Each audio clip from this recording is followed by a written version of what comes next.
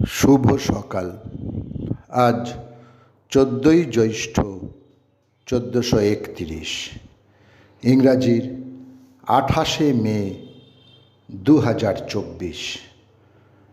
28শে মে 1860 পশ্চিমবঙ্গের দক্ষিণ 24 পরগনার কোদালিয়া গ্রামে হরনাথ বসুর চতুর্থ সন্তান জন্মগ্রহণ করে।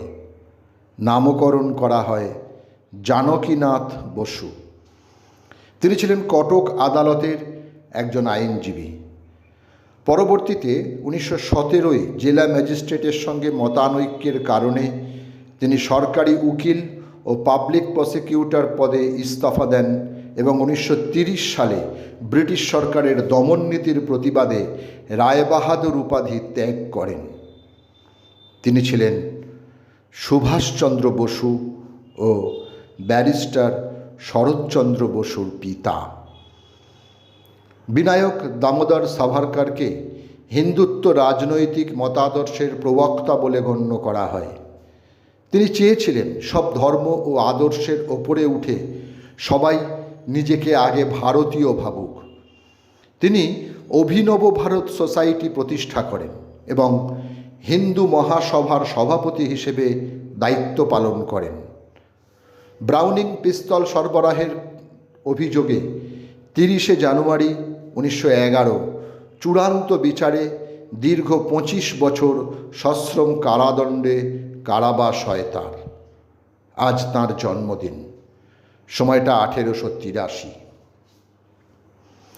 নন্দমুরি তারক রামারাও বা NT রামারাও, তিনি ছিলেন একজন জনপ্রিয় ভারতীয় অভিনেতা, প্রযোজক, পরিচালক, সম্পাদক ও রাজনীতিবিদ।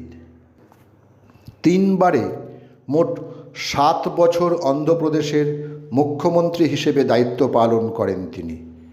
পাশাপাশি তাঁকে ভারতীয় চলচ্চিত্রের এক অন্যতম শ্রেষ্ঠ অভিনেতা হিসেবে গণ্য করা হয়। ভারতীয় চলচ্চিত্র পুরস্কার লাভ করেন 3 বার। আজ তাঁর জন্মদিন, সময়টা 1923। বিংশ শতাব্দীর একজন বিখ্যাত বাঙালি চিত্রশিল্পী জয়নুল আবেদিন পূর্ববঙ্গ তথা বাংলাদেশের চিত্রশিল্প বিষয়ক শিক্ষার প্রসারে আমৃত্যু প্রসারের জন্য তিনি শিল্পাচার্য উপাধি লাভ করেন। বাংলাদেশের চিত্রকরদের মধ্যে তিনি শিল্পগুরু অভিধায় বিবেচিত হন।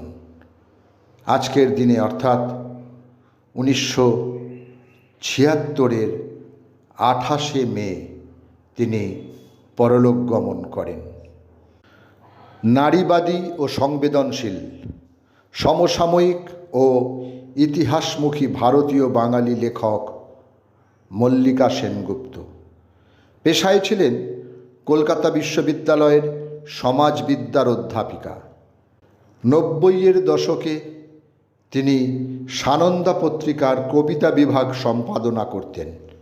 স্বামী সুবোধ সরকারের সাথে তিনি ভাষানগর নামক একটি সাংস্কৃতিক পত্রিকাও সম্পাদনা করেছেন। 28শে মে 2011 কবি, প্রাবন্ধিক, ঔপন্যাসিক মল্লিকা সেনগুপ্ত প্রয়াত হন। সকলকেই আমার আনত প্রণাম।